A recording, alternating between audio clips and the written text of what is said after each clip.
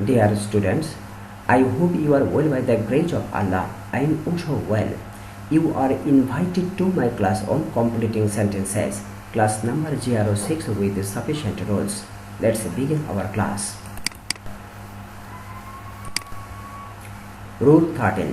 দো অথবা অলতো লক্ষ্য করো কি পয়েন্টস। দো অথবা অলতো অর্থ যদিও তবুও অথবা তথাপি।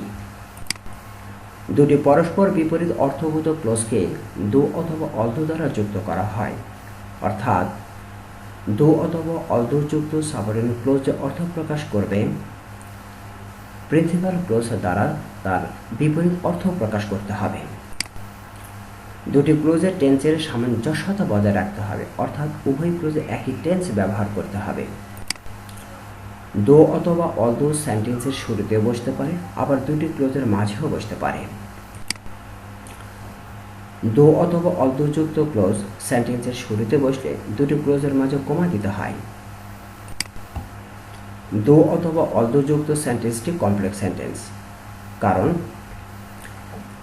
এই সেন্টেন্সে একটি প্রিন্সিপাল ক্লজ থাকে এবং কমপক্ষে একটি সাবঅর্ডিনেট ক্লজ থাকে এবং উক্ত ক্লজগুলো সাবঅর্ডিনেটিভ কনজাংশন দো অথবা অলদো দ্বারা যুক্ত থাকে, তাই দো অথবা অলদো যুক্ত সেন্টেন্সটি কমপ্লেক্স সেন্টেন্স। দো অথবা অলদো এর পরিবর্তে ইভেন ইফও ইউজ হতে পারে। ইনকমপ্লিট সেন্টেন্সকে কমপ্লিট করার সময় ইনকমপ্লিট ক্লজটি হবে বিপরীত অর্থ প্রকাশ করে এমন ক্লজ। এক্সাম্পল লক্ষ্য করো। দ্য ম্যান ইজ অনেস্ট দো, লোকটি সৎ যদিও কি সে গরিব। আরও একটি বিষয় এখানে লক্ষ্য করো, দো বা অলদো যুক্ত ক্লোজ সাবঅর্ডিনেট ক্লোজ এবং অপর ক্লোজটি প্রিন্সিপাল ক্লোজ। এখানে প্রিন্সিপাল ক্লোজের টেন্স লক্ষ্য করো। The man subject is be ভার্বের প্রেজেন্ট ফর্ম, সুতরাং এই ক্লোজের টেন্স রয়েছে প্রেজেন্ট ইনডেফিনিট, তাই দোযুক্ত ক্লোজ ও প্রেজেন্ট ইনডেফিনিট টেন্স ব্যবহার করতে হবে। লক্ষ্য করো, হি ইজ পোর, এখানে হি সাবজেক্ট ইজ বি ভার্বের প্রেজেন্ট ফর্ম, সুতরাং এই ক্লোজের টেন্স রয়েছে প্রেজেন্ট ইনডেফিনিট, অর্থাৎ উভয় ক্লোজের টেন্সের সামঞ্জস্যতা রয়েছে। আরও একটি বিষয় লক্ষ্য করো, দোযুক্ত উভয় ক্লোজের অর্থ একে অপরের বিপরীত। দ্য ম্যান ইজ অনেস্ট দো হি ইজ পোর, লোকটি সৎ যদিও সে গরিব। অলদো হি কেম লেট, যদিও সে দেরিতে এসেছিল তবুও কি সে প্রথমে শেষ করেছিল। এখানে অলদো যুক্ত ক্লোজের টেন্স লক্ষ্য করো। হি সাবজেক্ট কেম কাম ভার্বের পাস্ট ফর্ম, সুতরাং এই ক্লোজের টেন্স রয়েছে পাস্ট ইনডেফিনিট, তাই পরবর্তী ক্লোজের টেন্সও হবে পাস্ট ইনডেফিনিট। হি ফিনিশড ফার্স্ট, এখানে হি সাবজেক্ট ফিনিশ ভার্বের পাস্ট ফর্ম, সুতরাং এই ক্লোজের টেন্সও রয়েছে পাস্ট ইনডেফিনিট। আরও একটি বিষয় লক্ষ্য করো, অলদো যুক্ত যে দুটি ক্লোজ রয়েছে তাদের অর্থ একে অপরের বিপরীত। Although he came late he finished first, যদিও সে দেরিতে এসেছিল তবুও সে প্রথমে শেষ করেছিল। রুল 14, ইট ইজ টাইম অথবা ইট ইজ হাই টাইম। লক্ষ্য করো কি পয়েন্টস। ইট ইজ টাইম অথবা ইট ইজ হাই টাইমের অর্থ কোনো কাজ করার এখন উপযুক্ত সময়। কোনো কাজ করার সঠিক সময় হয়েছে বোঝাতে it is time plus infinitive plus extension ব্যবহার করা হয়। লক্ষ্য করো, এখানে ইনফিনিটিভের সাবজেক্ট নেই। যদি ইনফিনিটিভ সাবজেক্ট থাকে তখন গঠন হবে ইট is time plus for plus object plus infinitive plus extension. আরেকটি বিষয় লক্ষ্য করো, ইনফিনিটিভের সাবজেক্টকে ফর যোগে লিখলে ওই সাবজেক্টের অবজেক্ট ফর্ম ব্যবহার করতে হবে। ইনফিনিটিভ বলতে টু প্লাস মেইন ভার্বের বেস ফর্মকে বোঝায়। কোনো কাজ করার সঠিক সময় ইতিমধ্যে পার হয়ে গেছে, সুতরাং আর দেরি না করে এই মুহূর্তে কাজটি করা উচিত, এরকম বোঝাতে it is time plus subject plus মূল ভার্বের past form plus extension use হয়। লক্ষ্য করো, এই তৃতীয় গঠনটি দ্বিতীয় গঠনের বিকল্প। অর্থাৎ আমরা ইনফিনিটিভের সাবজেক্ট যদি ফর দিয়ে লিখি তাহলে ওই সাবজেক্টে অবজেক্টিভ ফর্ম ব্যবহার করতে হবে, আর যদি আমরা সরাসরি লিখি তাহলে এরপরে মূল ভার্বের পাস্ট ফর্ম ব্যবহার করতে হবে, কিন্তু অবজেক্টের পরে ইনফিনিটিভ ব্যবহার করতে হবে।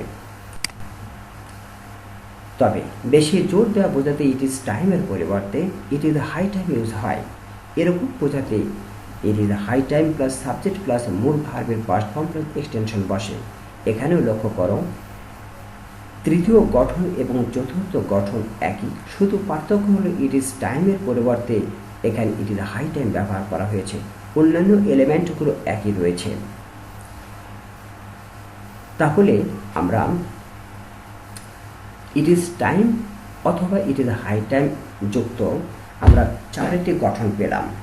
এক, ইট is time plus infinitive plus extension, এখানে ইনফিনিটিভের সাবজেক্ট নেই। দুই, ইট is time plus for plus object plus infinitive extension, এখানে ইনফিনিটিভের সাবজেক্ট রয়েছে যেটা ফর যোগে অবজেক্ট করে লেখা হয়েছে। ইট is time plus subject plus মূল ভার্বের পাস্ট ফর্ম প্লাস এক্সটেনশন, এখানে সরাসরি সাবজেক্ট ব্যবহার করা হয়েছে, এই জন্য ইনফিনিটিভ ব্যবহার না করে মূল ভার্বের পাস্ট ফর্ম ব্যবহার করা হয়েছে। চতুর্থ গঠনে ইট ইজ টাইমের পরিবর্তে ইট ইজ হাই টাইম যুক্ত করা হয়েছে। অন্যান্য উপাদান একই রয়েছে। আরেকটি বিষয় লক্ষ্য করো, সাবজেক্টের উপরে মূল ভার্বের যে পাস্ট ফর্ম বসে সেটা পাস্ট টেন্সের অর্থ প্রদান করে না। লক্ষ্য করো ভার্বটি পাস্ট টেন্সের হলেও মূলত প্রেজেন্ট টেন্সের অর্থ প্রকাশ করে। Structure 1, it is time plus infinitive extension. Examples লক্ষ্য করো, ইট ইজ টাইম টু, তাহলে উক্ত গঠনের বাকি রইল ভার্বের প্রেজেন্ট ফর্ম প্লাস প্রয়োজনীয় এক্সটেনশন। লক্ষ্য করো to work for the country, এখানে ওয়ার্ক ভার্বের প্রেজেন্ট ফর্ম এবং ফর দ্য কান্ট্রি যুক্ত করা হয়েছে, কারণ ইনফিনিটিভ লেখার পরে বাক্যের অর্থ পরিপূর্ণভাবে প্রকাশিত হয়নি, তাই এখানে এক্সটেনশন হিসেবে ফর দ্য কান্ট্রি যুক্ত করা হয়েছে। ইট is time to work for the country, দেশের জন্য কাজ করার এটাই উপযুক্ত সময়। তবে কার উপযুক্ত সময় তা উল্লেখ করা হয়নি, কারণ এখানে ইনফিনিটিভের সাবজেক্ট নেই। ইট ইজ টাইম ড্যাশ, এরপর উক্ত গঠনের ইনফিনিটিভ এবং এক্সটেনশন আমাদের যুক্ত করতে হবে। লক্ষ্য করো to prosper in life, to এরপরে প্রসপার ভার্বের প্রেজেন্ট ফর্ম, এরপরে সেন্টেন্স অর্থ কমপ্লিট হচ্ছে না, তাই এক্সটেনশন এখানে ইন লাইফ যুক্ত করা হয়েছে। ইট is time to prosper in life, জীবনে উন্নতি করার এটাই উপযুক্ত সময়। কার উন্নতি করার, অর্থাৎ এখানে সাবজেক্ট নেই। পরবর্তী এক্সাম্পল আমরা সাবজেক্ট ইউজ করে দেখতে চাই। লক্ষ্য করো structure 2, it is time plus for plus object plus infinitive extension, অর্থাৎ ইনফিনিটিভ যে সাবজেক্ট ছিল সেটা ফর যুগে লেখাতে ওই সাবজেক্টের অবজেক্ট ফর্ম ব্যবহার করতে হবে। এক্সাম্পল লক্ষ্য করো, it is time for you to, উপরোক্ত গঠনে ভার্বের প্রেজেন্ট ফর্ম এবং প্রয়োজনীয় এক্সটেনশন লিখে বাক্য কমপ্লিট করতে হবে। Change your bad habit, it is time for you to change your bad habit, তোমার অভ্যাস পরিবর্তন করার তোমার জন্য এটাই উপযুক্ত সময়। কার সময়? তোমার। অর্থাৎ এখানে টু চেঞ্জ এই ইনফিনিটিভের সাবজেক্ট রয়েছে যেটা ফর যুগে লেখা হয়েছে বলে এটা ইউ অবজেক্ট ফর্মে লেখা হয়েছে। ইট ইজ টাইম ফর আস, লক্ষ্য করো উপরের গঠনে এখন বাকি রইল ইনফিনিটিভ এবং extension. To remove illiteracy from the country, to remove ভার্বের প্রেজেন্ট ফর্ম ব্যবহার করা হয়েছে, ইলিটারেসি ফ্রম দ্য কান্ট্রি এটা এক্সটেনশন হিসেবে বসানো হয়েছে। ইট is time for us to remove illiteracy from the country, দেশ থেকে অশিক্ষা দূর করার আমাদের জন্য এটাই উপযুক্ত সময়। কাদের উপযুক্ত সময়? আমাদের। অর্থাৎ ইনফিনিটিভের সাবজেক্ট উই ছিল, সেটা ফর দিয়ে লেখাতে উইয়ের অবজেক্ট এখানে আস ব্যবহার করা হয়েছে। আমরা স্ট্রাকচার 3-তে দেখব সরাসরি সাবজেক্ট ব্যবহার করে কিভাবে লেখা যায়। লক্ষ্য করো, it is time plus subject plus মূল ভার্বের পাস্ট ফর্ম প্লাস এক্সটেনশন। লক্ষ্য করো, সরাসরি সাবজেক্ট ব্যবহার করা হয়েছে, এই জন্য ইনফিনিটিভ ব্যবহার না করে ভার্বের পাস্ট ফর্ম ব্যবহার করা হয়েছে। এক্সাম্পল লক্ষ্য করো, it is time you dash, তাহলে আমাদের বাকি থাকলো মূল ভার্বের পাস্ট ফর্ম প্লাস প্রয়োজনীয় extension. Changed your bad habit,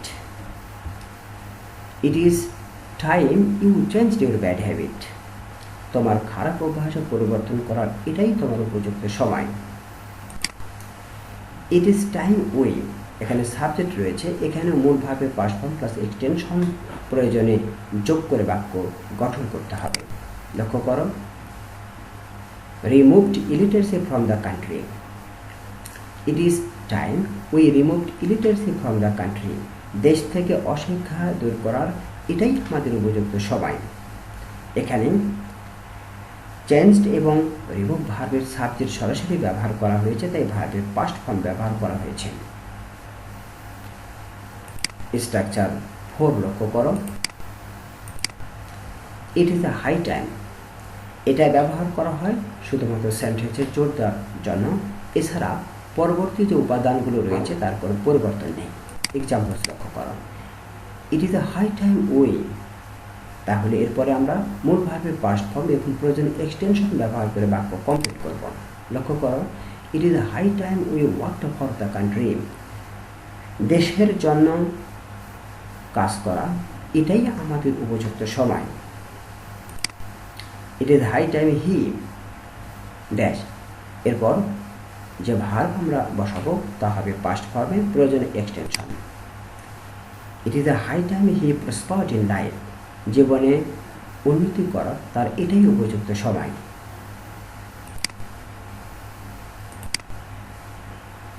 rule 15, would you mind, লক্ষ্য করো কি পয়েন্টস।